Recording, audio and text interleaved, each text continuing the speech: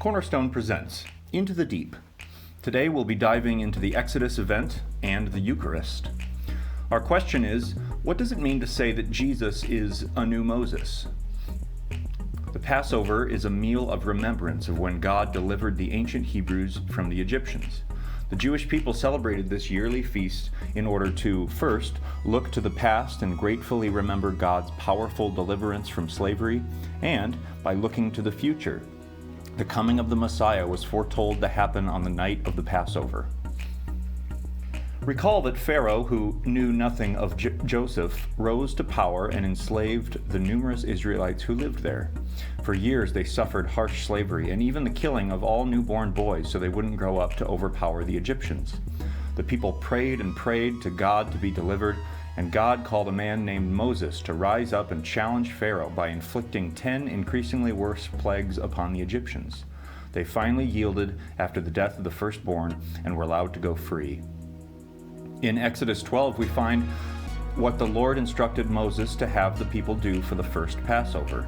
They should obtain a 1-year-old male lamb in the prime of its life for sacrifice. The lamb should be sacrificed during evening twilight, and some of its blood should be spread on the 2 doorposts and the lintel of the house in which it is eaten. The blood of the lamb would stain the wood and would forever be a sign of the sacrifice. They must consume the lamb roasted with unleavened bread and bitter herbs. They were to eat it with their loins girt. Basically means tighten your robes, wrap a belt around your waist. Something dangerous is about to happen. Sandals on their feet and staff in hand. They were to eat in a hurry and be ready to go. Moses and Aaron told the elders and had them prepare the Passover meal and mark their doorposts for the Passover. During the night, Pharaoh summoned Moses and Aaron and said, "Leave my people at once, you and the Israelites. Go and serve the Lord as you said. Take your flocks too and your herds. As you said, go, and bless me too." Just 1 month later, we see the Israelites complaining about their hunger. They wished they were back in Egypt as slaves rather than in the desert hungry, even though they took their flocks and herds with them. It could be inferred from this that they are still believing in the Egyptian god, since later in this book we see them making a golden calf to worship. Moses reminded them that their grumbling is not against Moses and Aaron, but against the Lord, and to bring it to the Lord because he hears them. The Lord then gave them manna during the day and quail at night. The manna and quail appeared each day, besides the Sabbath, until they reached the promised land. Moses was told by the Lord to place a full omer, approximately 2 quarts of manna, in the front of the covenant to keep it for future generations, so that they may see the food I gave you to eat in the wilderness when I brought you out of the land of Egypt. So now that we're all caught up to speed on Moses and the Exodus to the Promised Land, are you ready to go into the deep? What does it mean to say that Jesus is the new Moses? As we know, the Lord commanded the Israelites to keep the feast of Passover forever. So let's take a look at what Passover would look like to a young Jewish child during the 1st century.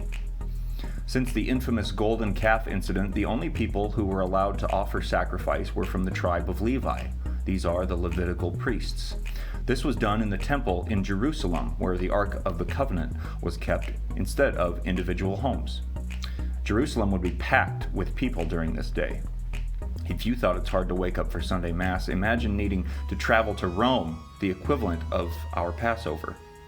Flavius Josephus, an influential historian in the 1st century, gave us a detailed description of the number of sacrifices in the temple during Passover. In his writings, he shares that each lamb represented at least 10 to as many as 20 people. During that year, there were 256,000 lambs sacrificed. Priests stood in blood up to their ankles. After they were done with the sacrifice and were washing the temple, blood alongside of water flowed out of the side of the temple on that day. The sacrificed lamb had to be roasted whole with no blemishes and was not allowed to touch the sides of the oven, so they put a wooden beam through the back of the lamb and through the arms of the lamb in the shape of a cross. Imagine a faithful young Jesus attending the Passover with his family and seeing crucified lambs. After 3 p.m., they were to fast and not eat anything until nightfall. The Passover meal would then take place. It is separated into 4 parts involving specific cups of wine. Let's take a look at each part closely. The Mishnah is a collection of rabbinic literature that gives instruction on how to celebrate this feast. It describes that even the poorest of Jews must celebrate this meal while reclining on their side, like the rich do. 4 cups were important. If you did not drink the 4 cups or complete the Seder, or the order, of the Passover meal, you would not have completed your obligation. Kiddush. This cup is the sanctification of the day and the meal. Haggadah. The Mishnah further states, in each and every generation, a person must view himself as though he personally left Egypt, as it is stated, you shall tell your son on that day, saying, it is because of this which the Lord did for me when I came forth out of Egypt. Exodus 13:8. Barakah comes between the first cup and the third cup of wine. If they wish to have more wine, they can. But between the third cup and the fourth cup of wine, however, they are not to have any extra wine. Finally, the consummation. Jesus himself sang these psalms, called the Hallel, before going to the Garden of Gethsemane. Psalm 116, verses 10 through 19 says, I kept faith, even when I said, I am greatly afflicted. I said in my alarm, no one can be trusted. How can I repay the Lord for all the good done to me? I will raise the cup of salvation and call on the name of the Lord. I will pay my vows to the Lord in the presence of all his people. Too costly in the eyes of the Lord is the death of his faithful. Lord, I am your servant, the child of your maidservant. You have loosed my bonds. I will offer a sacrifice of thanksgiving and call on the name of the Lord. I will pay my vows to the Lord in the presence of all his people. In the courts of the house of the Lord in your midst, O Jerusalem. Hallelujah. The Gospel of John describes 3 specific times Jesus traveled to Jerusalem for the Passover. Just before the cleansing of the temple was the wedding at Cana, where he turned water into wine. Next Passover, Jesus was to celebrate the multiplication of bread for 5,000 people, and the bread of life discourse occurred right before. Following his third Passover was the Last Supper. Let's take a look at the similarities and differences between the Last Supper and the Passover meal that Jesus would have celebrated every year in Jerusalem.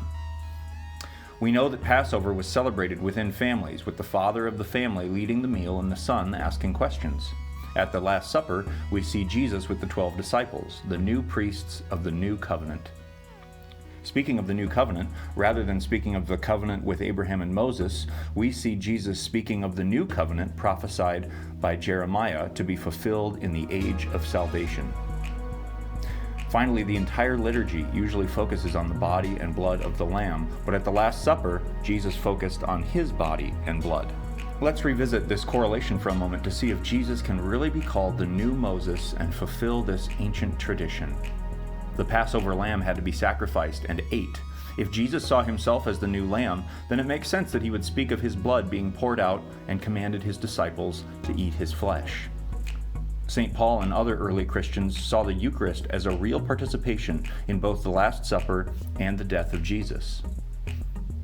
This tradition also expected a new manna. Jesus promised this new manna in John chapter 6, verses 35 to 59. From a Jewish perspective, if the Eucharist of Jesus is the new manna from heaven, a supernatural bread, then it cannot be just a symbol. Jesus gave us a new Passover at the Last Supper to take on a new exodus out of the bonds of slavery of sin, giving us new supernatural food for the journey to give us strength and nourishment to a new promised land with Him in heaven. Would you like to know more? Here are the resources used to make this video. The Fourth Cup and the New Passover by Dr. Brant Petrie. Jesus and the Jewish Roots of the Last Supper by Dr. Brant Petrie. The Lamb's Supper by Dr. Scott Hahn. And of course, Josephus, the Mishnah, the Bible, the Catechism of the Catholic Church, and the New St. Jerome Biblical Commentary. Thanks for going into the deep with us. Cornerstone. Follow, guide, lead.